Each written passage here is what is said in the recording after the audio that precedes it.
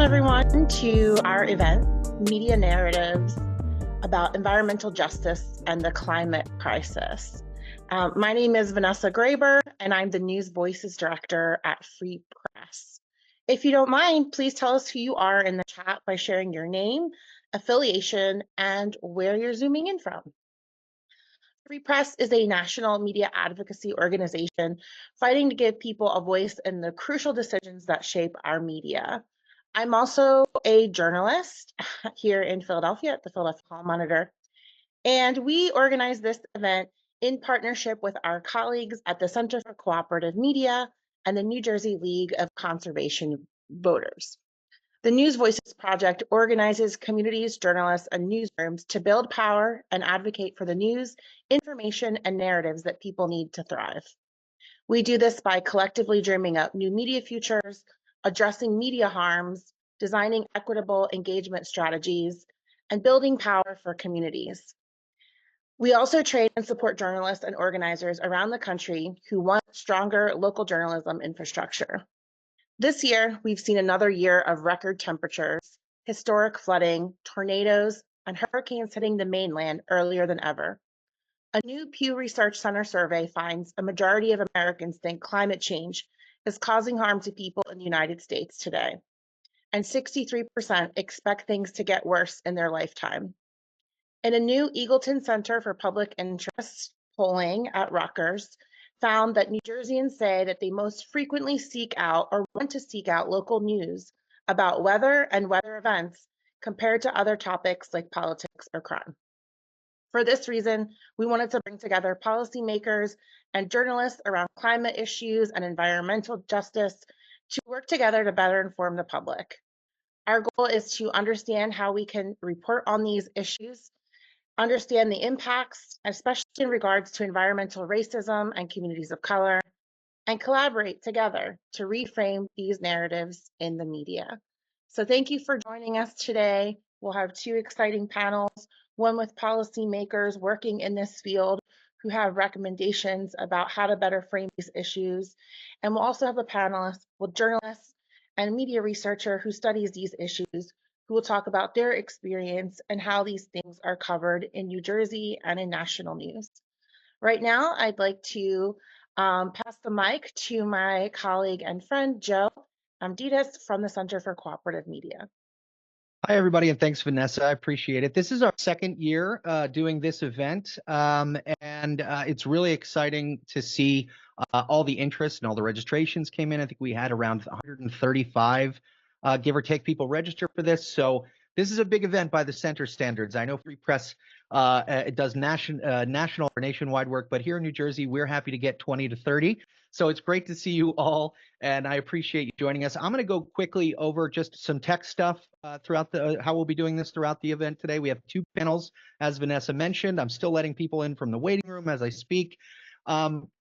And there's a lot of you, so we're going to try to make sure that we handle all the incoming questions in the chat or in the Slido, as you'll see later, that Vanessa will explain, to make sure that we get to all the important questions and comments and contributions that you all have throughout today.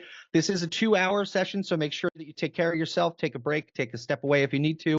And the center is just really excited and happy to be partnering with Free Press and the League of Conservation Voters on this important conversations. So Cassandra Etienne and Oni Advincula from the center are also here, my colleagues. If you need to reach out to them or us, or if you want to contact any of us, you can find our email on our website, or you can just go ahead and browse around what we have to offer. And we're excited to have you here, and we hope you'll continue to engage with these issues beyond and share any reporting you do with us on these issues so that we can help promote it and spread the word. And with that, I will throw it back. James Thompson. Thank you, Joe and Vanessa. My name is James Thompson. I'm the campaigns director for the New Jersey League of Conservation Voters. I will be moderating a panel of awesome and insightful policy advocates and organizers, but a little bit about the New Jersey League of Conservation Voters, better known as New Jersey LCV.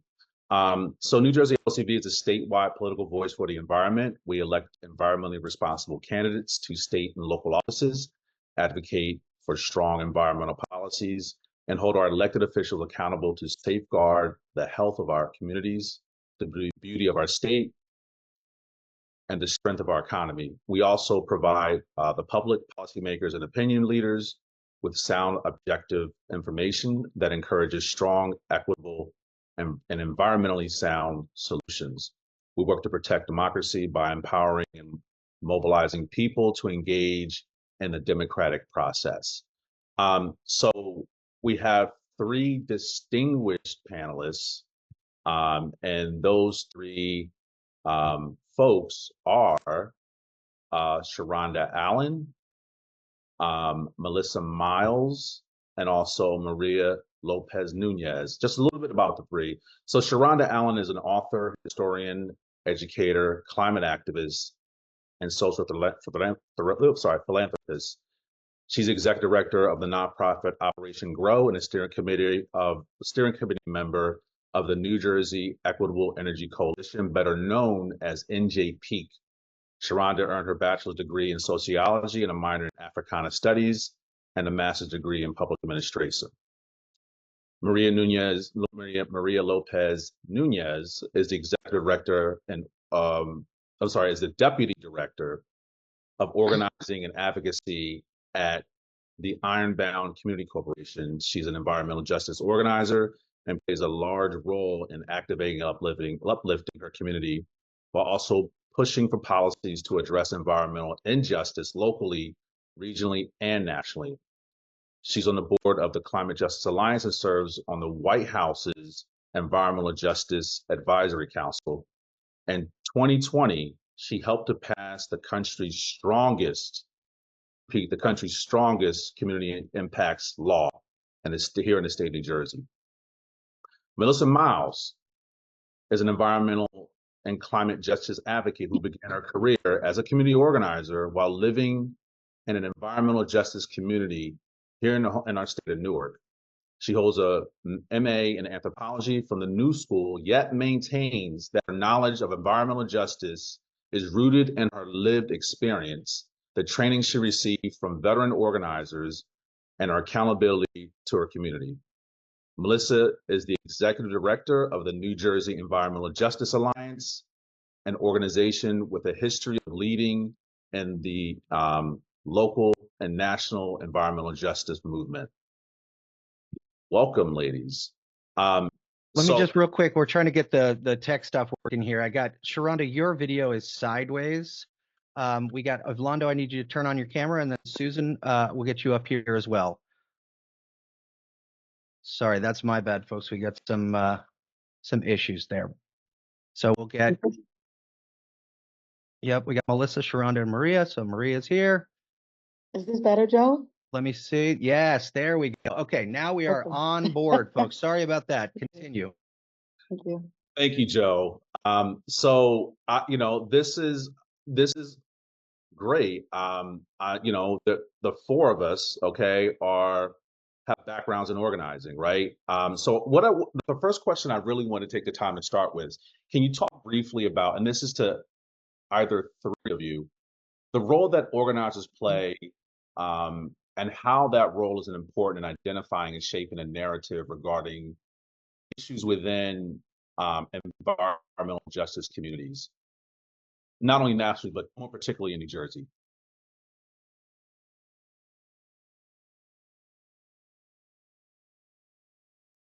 I'll go first then. Okay, you talk about leaders and organizers. I think that it's important for our organizations to engage the community.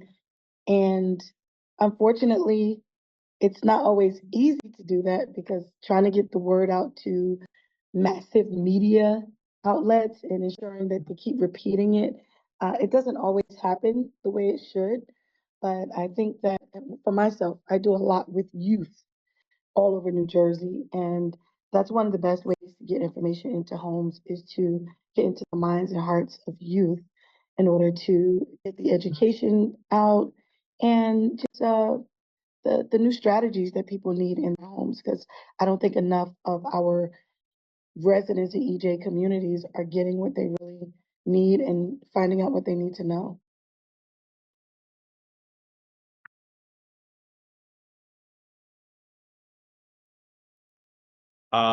Let me just kind of dig a little deeper on that. Can any of you share any major concerns facing communities that you're serving, or any policy issues that you're working on that media coverage may have missed or didn't necessarily get right? I would say I've sent information into local newspapers for activities. They'll say that they're sending a photographer and they don't. So nobody knows what sorts of good environmental justice activities are going on. And many times the municipalities are not uh, giving space for these things to, like, authentic engagement to occur. Sometimes folks hijack, initiatives and campaigns, and then the media, I think, is swayed away from going to the authentic activities and events. And it just seems to be more fun for them to look at the negative things, the crimes, and not so much the good, uplifting, hey, join this for the betterment of your community type stories. So I don't think there's enough clout or sensationalism involved in some of the work that we're doing for the media to cover it enough. Maria or Melissa, would any of you want to expand on that? Yeah. I mean, look, the work we do is very nerdy. I can acknowledge that. I'm working on some obscure, like, what's in the appropriations bill, what just happened with the Supreme Court, and what that means for our communities. I do think media has a responsibility to translate that to the average person, because that's why we have a crisis of democracy. I don't think media has done a good enough job translating things. Like political things that, especially political things as it relates to the environment. I don't think that that's often politicized enough. It's reduced to just like climate change and climate denialism, right? It's not worked out specifically with environmental justice of, in New Jersey, we're still fighting what would be the fourth power plant in Newark. There's such a disproportionate abuse of Black and Brown people throughout the state in terms of pollution and health impacts that has on young children and families. I don't, we've worked really hard, I know with Melissa, to get at least the local media in New Jersey to start not always going to white people for environmental issues, right? Because environmental justice is about putting race and class front and center as it impacts our environment. Um, and sometimes the issues that the solutions to solve out of that environmental racism, it's highly technical. It's happening in some obscure meeting down in Trenton. And we need the public to be able to see that. And we need the media's help to translate that and get that out more widely. So it's not just a few of us talking about it, because it is something, everyone in our community knows someone with asthma or is themselves impacted by asthma. And it's just like the tip of the iceberg. So I definitely think there's a lot of issues, but they're too technical sometimes. And I've had reporters say, I would love to say this, but how do I say this? And it's like, I can't do your job. I didn't go to journalism school. We could tell our story, but we do need journalists to get more creative about how they illustrate this for the public. And Melissa, what is your experience, and what is your experience and perception been with either statewide or local or regional media in respects to what Maria and also Sharon had mentioned? So good afternoon, James. Thank you for inviting me. Thanks to the folks for Center for Cooperative Media and all of you who joined the call today. It's good to see you all. And full disclosure, this heat has my face like I don't feel good in it. There's no amount of AC inside that to me can like mitigate, what happens to the body in this type of heat. So, this particular weather, to me is oppressive both physically, mentally, because those of us who sort of understand what this is and what's happening right now, including some of that sort of like hidden from the public eye, but very important pieces of civic and democratic life that Maria is talking about, such as the appropriations bill, and just all of this together, it feels like so much right now. And so it's really shocking to me sometimes that, the things that are like to us, the most critical, there, you don't even hear about it on the news. Like there's not even a mention of it. And, it's sometimes, when I'm feeling reflective and I say, okay, our sector isn't doing enough to boost the narrative. Like our narrative work needs help, right? Because um, on the local level, we know how to talk to our folks, but when it comes to amplifying messages, it's a little bit more difficult because of, our positionality, many other reasons. And so, I think part of the issue is that there's not enough partnership with folks who do, whose job it is really to amplify the most important messages. So for example, like when the situation with lead really hit, right, and lawsuits began to be filed, and then the media picked it up, and we knew what was happening in Flint. Flint knew what was happening later on in Newark, but where's the public health emergency around air quality? Where's the public health emergency around waste? Where's the public health emergency around, the pollution coming from heavy duty vehicles? There's nothing about it. You have to dig. And so I do want to shout out that we have had some great partnerships with journalists who want to do the deep dive into an issue. And then they interview everybody, right? We say, see this person, see that person. And they do some really kind of expansive story, or they try to. But this is not something that is just a soundbite, right? This is not snippets. These are lives, and this is our future. And so, if we feel like, if folks in media feel like they need to package things to make them shiny and, to kind of get folks watching, even if it's not content, then, we're never going to really get the kind of coverage we need to get the kind of widespread awareness and democratic participation in the decisions that are moving us forward in climate. Melissa, and I want to kind of change gears for a second and for a little bit. You'd mentioned something that is very important, vital, dear to all of our work as environmental advocates and organizers, which is air quality. Numerous counties around the state have poor air quality ratings, but I want to just focus primarily on air quality and environmental justice communities, and also environmental racism as well. So, as part of the landscape and what's been detrimental to, has had, various health impacts like asthma, heart disease, host of other, public health challenges that that brown and black communities face, not only in New Jersey, but around the country and also the world, in respects to air quality. I kind of want to talk a little bit also about like how climate change is having an effect on that. Being that we're dealing with like, urban heat island effect, obviously it's warmer in urban areas. Do you want to talk a little bit more about what steps need to happen and how those policy changes can be amplified, and what, to be able to deal with some of these challenges that we face with air quality in our communities?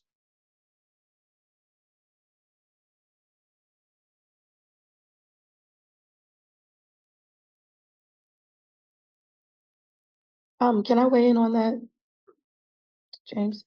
I think that the media needs to be a little more transparent about how and where they would like to be notified about when these activities and these events are happening with us, because maybe they just don't know. I don't know if they don't care. I don't want to say they don't care, but maybe they need to offer a lot more transparency to say, hey, we need to make this effort to cover these activities, actions, and stories, because you don't hear, and I have to be honest, some people don't like or trust some of the local newspapers that have been around, because they know exactly a true story and what happened, but they put it in paper and they botch it up. And it's like, that's not what it was. So sometimes folks don't really trust or respect some of the media outlets. But I think that the media has a responsibility to rebuild public trust by covering more, as I mentioned before, of these stories. The fact that the water has been a problem. It's a shame that we can compare Newark water to Flint water, because Flint water is a thing. And I don't think that Newark water got the same national attention as Flint's water. But we have to also understand who has control over the media, who has control over the narrative.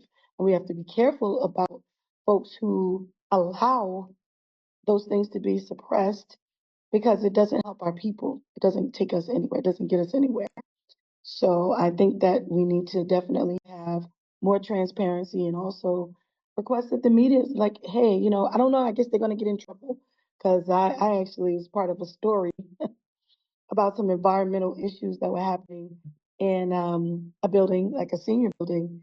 And the news reporter came out, covered it. It was on one night, and then she blocked out, her number. Folks couldn't call her anymore. They killed the story.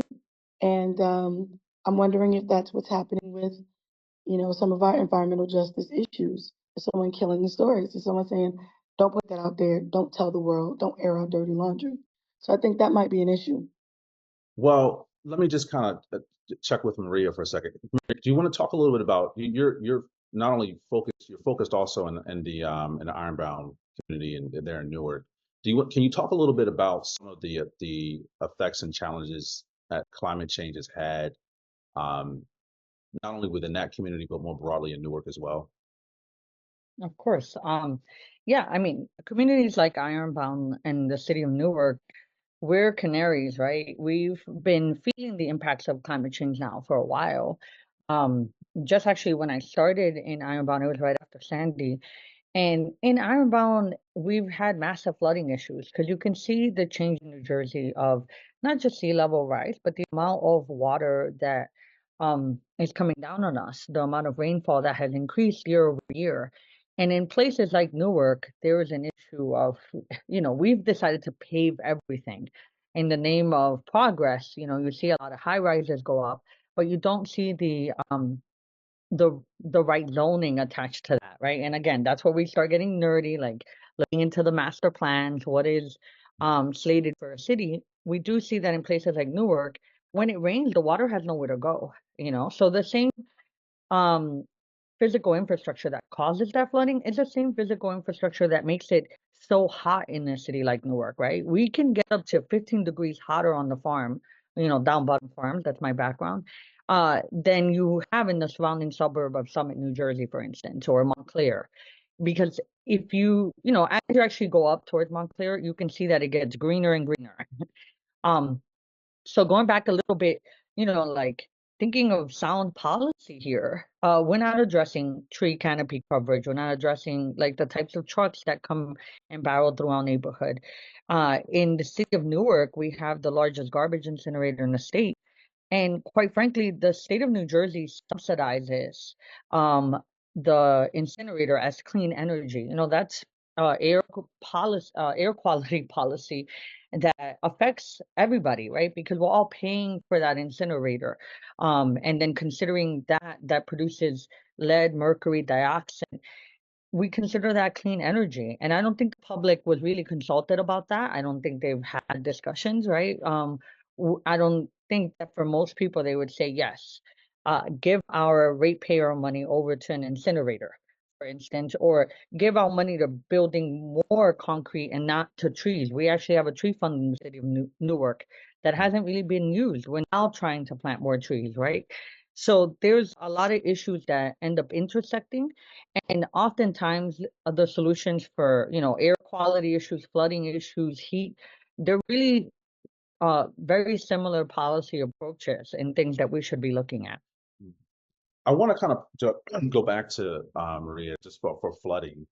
What steps and initiatives has policymakers in Newark taken to try to address? Have you seen any viable policy solutions that that are on the table that would address or mitigate flooding? Yeah, flooding's a complex issue, right? Because our city's old and we haven't been invested historically in by the state of New Jersey. So it's interesting how the city of Newark often gets held accountable, and that doesn't not escape me, right? It's a predominantly Black city led by Black politicians, and the state has made conscious decisions to disinvest from the city of Newark, to not give it the funding it needs to upgrade its infrastructure, for instance. And Newark's done amazing. When the lead pipes were getting replaced, I thought that was significant because any updates to our infrastructure starts making a difference. We've been working closely with the city on combined sewer overflow, right? Like an issue like sewer that you would think, or I think the general public assumes poor people don't care about what happens with flooding. We were able to have many community meetings to have residents actually weigh in and they decided that instead of just putting, again, I don't like to get wonky on panels, but instead of putting it's called gray infrastructure, it's like these containers on the ground that just hold water, we would ask for more money from both the city and the sewage treatment facility in order to put in green infrastructure. And that's, where you put like a mini park and that absorbs the water and it helps to slow the water down. So it's not flooding, but it also has obviously other benefits like addressing urban heat island effect and air quality, quite frankly. That takes community participation because a politician then has to go back and ask for, it's a more expensive solution than just putting a tank in the ground. But if we hadn't participated, they would have just gone for the cheaper solution and put a tank in the ground. So that's why it matters to have community at the table. But it is a hard endeavor because we have to have a lot of conversations so that people understand their options and it could be an informed decision that the public is making. And again, that's where I think that there should be a lot more partnership with the media and other people who are just storytelling and helping get folks involved because a good democracy only works if we participate. And that actually means a lot of meetings, a lot of listening and learning that we have to do together. And I think we've been doing that in the city of Newark. Yeah, and I think that access to information, right, the availability of information is vitally important, and all of this. Melissa, as executive director of the New Jersey Environmental Justice Alliance, are there any other pressing topics that you think are important relating, like, even if it's not directly to flooding, any other challenges or issues that folks around the state are seeing that you think are important to be amplified or highlighted? I mean, there are so many. I think, with the other panelists, we could probably spend hours talking about the issues. So maybe, I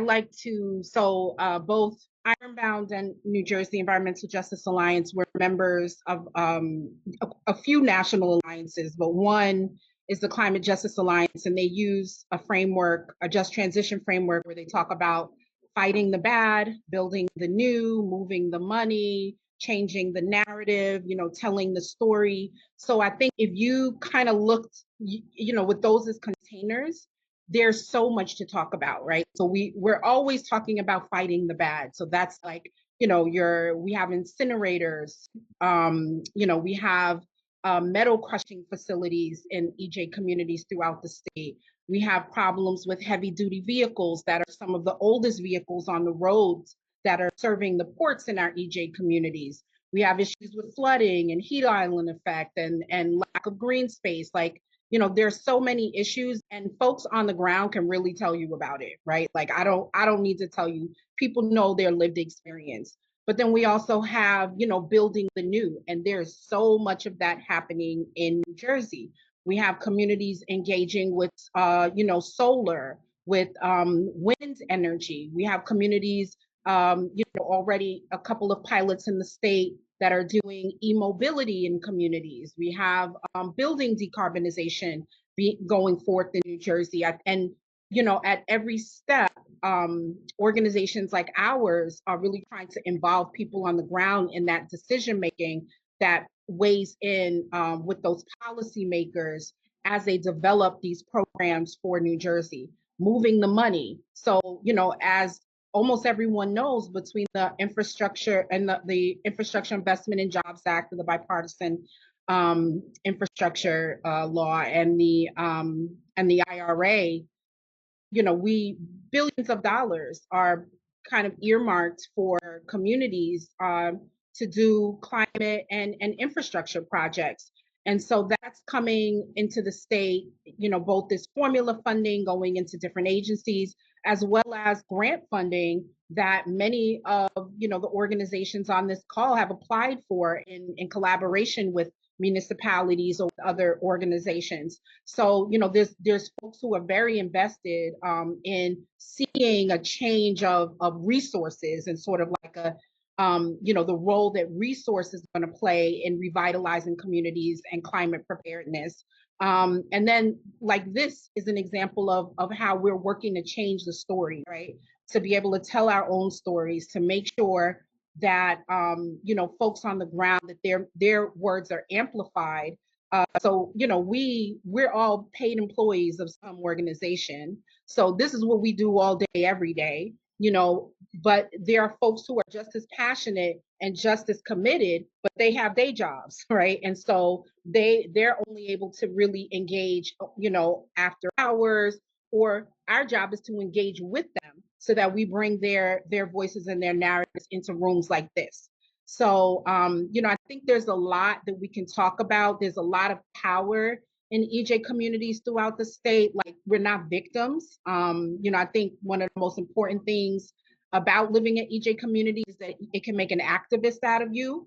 I've never known so much about politics and civics and how government works and how bills and laws work until I got into EJ. So, I think it's a tool for empowerment, and for communities to, from the ground up, envision and enact, their very own futures.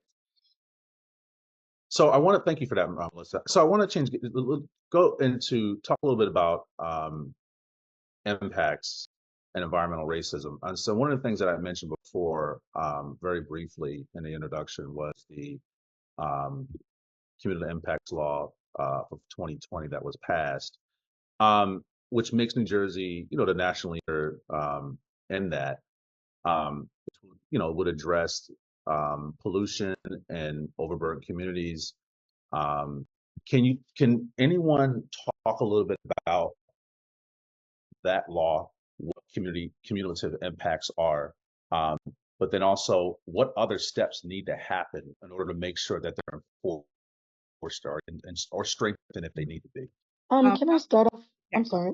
Oh, I want to start off with talking about the history of why we're here today. There is a history in the United States and other countries too, as I know, as of course in Latin America, all over Latin America, overburdened frontline people, communities, Black and brown people have historically been given the worst land, the worst laws, the worst deals, the worst treatment. Many of our communities were put in poor places where the land was not as desirable. There were policies set up that would be harmful and hurtful to Black and brown people. When there was desirable land that Black and brown people lived on or owned, the government, federal or state, imposed eminent domain. They historically burned down our towns, ran us out of towns, and we have always been this movable, disrespected group of people. And there have been economic situations that have maintained this terrible treatment, because regardless of whether we've had the economic viability, we were still set up for destruction. So the impacts were by design. The heat island effect is by design. People are still building buildings too close to the street, barely a sidewalk, no room for trees, and those things are impacting our communities the worst. No one is speaking about it. We have design engineers. We're supposed to be adhering to green infrastructure standards in the state of New Jersey and other places around the country. But we continue in Black and Brown communities to be disrespected. We have an environmental justice law in New Jersey. Our organizations, those of us who are speaking here, those who are participating, speak up, but they're still disrespecting our communities. How can you call incineration clean or sustainable? The wording, it's so disrespectful. And unfortunately, I think one of the things that we have to, well, it's a reality, but what we have to do is we have to make sure that people in these communities are educated about the history, to know that this doesn't have to be this way, but we also have to educate them on ways to speak up and stand up for themselves. And I think that is what's missing a lot of times. A lot of people don't have the flexibility, as Melissa talked about, to participate during the day because they have to work jobs, and sometimes they're working 2 shifts. And that's part of the conundrum of disrespect that our people have been put in, the fact that we've had to work 2 and 3 jobs. And it just creates this cycle of destruction and, a lack of action. Thanks, Melissa. I think you were going to say something brief, like right before Sharonda had mentioned it. But was there anything that you wanted to say in response to? Sure, just very briefly, and thank you for that, sort of like level setting, Sharonda, about, how we got here. Mhm. Communities are not accidental. They were very much created by policy and practice that dates back to, colonialism. And Yes. so just, specifically on like cumulative impacts, because I think New Jersey is very fortunate that we have had cumulative impacts work in the state for, decades now, almost. Mhm. Yeah, pretty much we could say decades from, back in 92, when, Mhm. At the Second People of Color Conference, a delegation was sent from New Jersey that later, founded the NJEJA.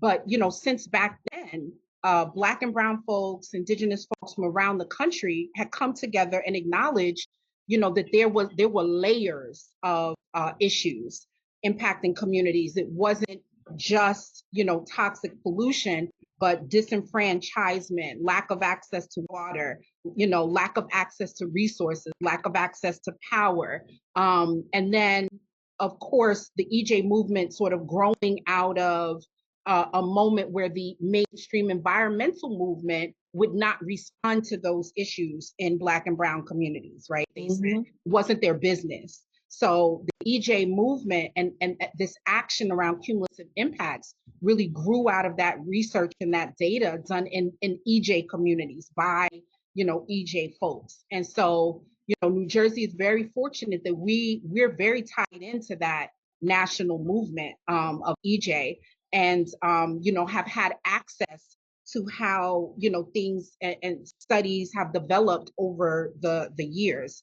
And so cumulative impacts, just in like a few, in my view, when we just in a quick story, when I was organizing with Ironbounds, a facility would want to permit in the neighborhood, and they would submit a permit. It might be several hundred pages long.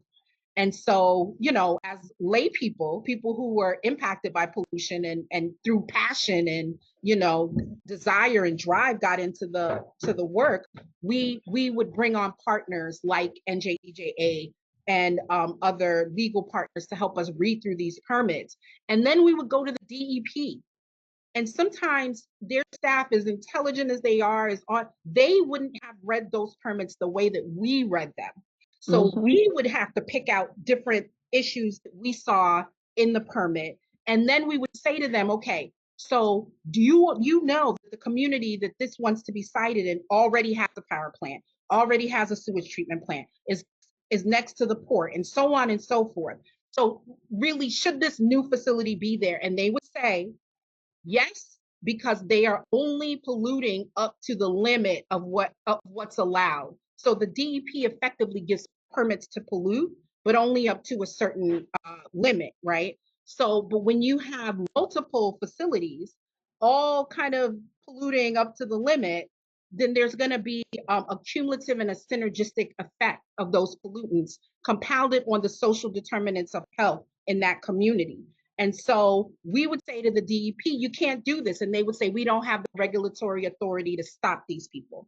They're within their legal rights to cite because the zoning allows, this what goes back to what Sharonda's saying, that community is zoned for this heavy industry and they're within their legal rights. And so cumulative, the fact that EJ folks in New Jersey waved that cumulative impacts banner for 2 decades until the political will was there and all of the social will was there and all of the environmental groups were there and everybody understood this is wrong. We can't keep doing this. To me is something that, has not been covered enough, right? It was the sheer determination of, EJ communities not to let that issue drop until we got this law. And I'll pause there, let Maria jump in.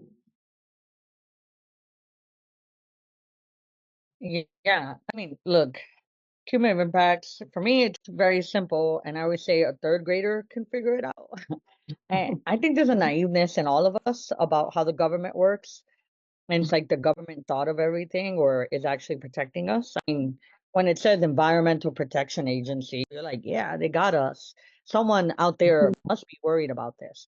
But if you ask a third grader in Newark, they can look around, they see smokestacks everywhere because in Ironbound, we have 3 power plants, a garbage incinerator, the largest sewage treatment facility. Then you can just like clearly see, right? Should you put another one in there? No, you shouldn't put another one in there. And that's what cumulative impacts does. It lets the DEP, the Department of Environmental Protection, look around, right? And stop being, I think it's very American to treat every industry as a standalone. You're an individual, and most of us would assume that when we make decisions at high levels in government, there is some context setting that people are able to see. How are these chemicals mixed together? What makes our bill the strongest, quite frankly, it doesn't let the Department of Environmental Protection have discretion. They're not the ones allowed to say, "Oh, it's not that bad." If a facility is going to add burden to a neighborhood, then they shall deny. Not they may deny, they shall deny, and that's really important. And I think the fact that the bill was led by Black and Brown folks from start to finish, which is not usually the case in policy making. I think who is making policy matters because when it was folks like, Melissa, Dr. Nikki Sheets, Anna Baptista, Kim Gaddy, and myself, like folks who live in our communities, we're not going to give in that easily when, your legislator comes to you and say, the unions want us to compromise or industry wants this compromise. We know the meaning and how we often get lost in the details, how our communities get lost in those details. So it's important for us to be the ones making policy. And I think it's a space that a lot of our community groups have always relinquished to bigger national groups or statewide groups. And it's a space we need to take back because, you don't actually need to go to school for this. Let me demystify that. None of us are lawyers. None of us, well, actually, Nikki is. He's both a lawyer and a scientist. But besides that, like, folks like Melissa and I, we're regular people who've just become very passionate and have learned along the way. And there is space for that sort of participation in policymaking. And I think we need a lot more of that for sure, of people who just actually have skin in the game, because we can hold the legislators accountable and push people a lot further. Thank you for all 3 of you for that. So before we move on to taking a break and then to the next group of panelists, I want to ask you one personal question. So it seems like in the work, right, there's gains and there's setbacks, but progress is slow a lot of times, right? There's some quantum leaps, but progress for the most part can be slow sometimes. How do you stay hopeful and what keeps you motivated to continue to stay on the front lines and do this work? I guess I'll say it. What keeps me hopeful and what keeps me working is that in my life, I'm accustomed to winning. I'm accustomed to setting goals and meeting those goals and getting what I want and what I need. Because I'm an only child, maybe, but to me, it translates into this work. And what happens is when I see the impact that I'm able to make on the young people, when I'm showing them and teaching them, and they become excited and they're like, yes, I gotta do this, yes. And they tell the other young people, that gives me so much hope because I know that that exponential education is what is going to really help us.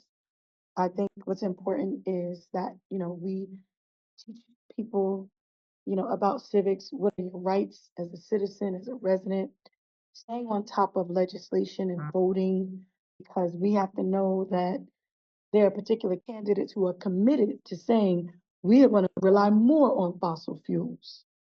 And you have to know and understand that. We have to teach people in our communities that if you live in this frontline community and you are suffering now, these people have committed to legislating more of your suffering. And what makes me hopeful is that we have the internet. People are walking around with computers in their hand. They can learn almost anything. We have to find ways to teach them. We have to find ways to engage them. And I think it's possible. I think all this can be done. That's why I stay hopeful. Maria or Melissa? Sure. I stay hopeful with my colleagues, and you have to laugh a lot because this is depressing work. You know, to be honest, we lose a lot. I always say that. The wins we've had are incredible, but we lose a tremendous lot of ground because at the end of the day, we're severely under-resourced, under-visible, right? Um, we're not we don't have the resources of the other side. So we need to really build up our relationships among each other's. Relationships are everything in this work, in this movement, and have helped us really stay in the, I mean, they've helped me really stay in this game, right? When I'm able to call on folks like Melissa or, Dr. Baptista, Dr. Sheets, and have thought partnership, because this work gets hard. And then just laugh. Because there is nothing, I think, at the end of the day to do but like laugh at how wild the world is and the circumstances that we're fighting against. Because it is loaded up with corruption, and if you take yourself too seriously and just hold on to all the trauma of the fight, you're gonna burn out and be bitter. And I think the longevity, the folks I've seen stay in it is just because they have a good, strong network to rely on. Because there's no superheroes in this story.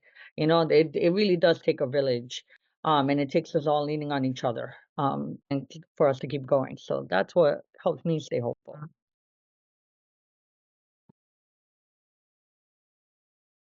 Yeah, I mean, I would say the same thing as Sharon and Maria, working in collaboration, realizing, you're not alone. And I think just it's either this or climate anxiety for me, right? I was experiencing a lot. My background is in youth development, and that'll always be my first love is youth development.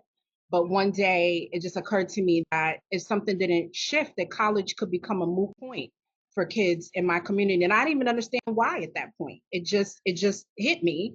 And I began to have so much anxiety and so much doubt about what the purpose of this all was. And now, there are difficult moments like, where there's a heat wave and bad appropriations bills and a looming election. There are bad days, there are bad moments, but I think what I would feel if I wasn't doing the work would be a lot worse. So, it's the work itself somehow that keeps me happy and going.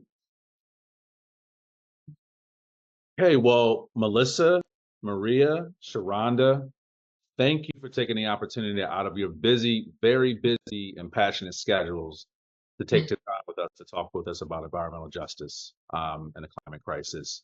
I will pass it over to, I believe, Vanessa.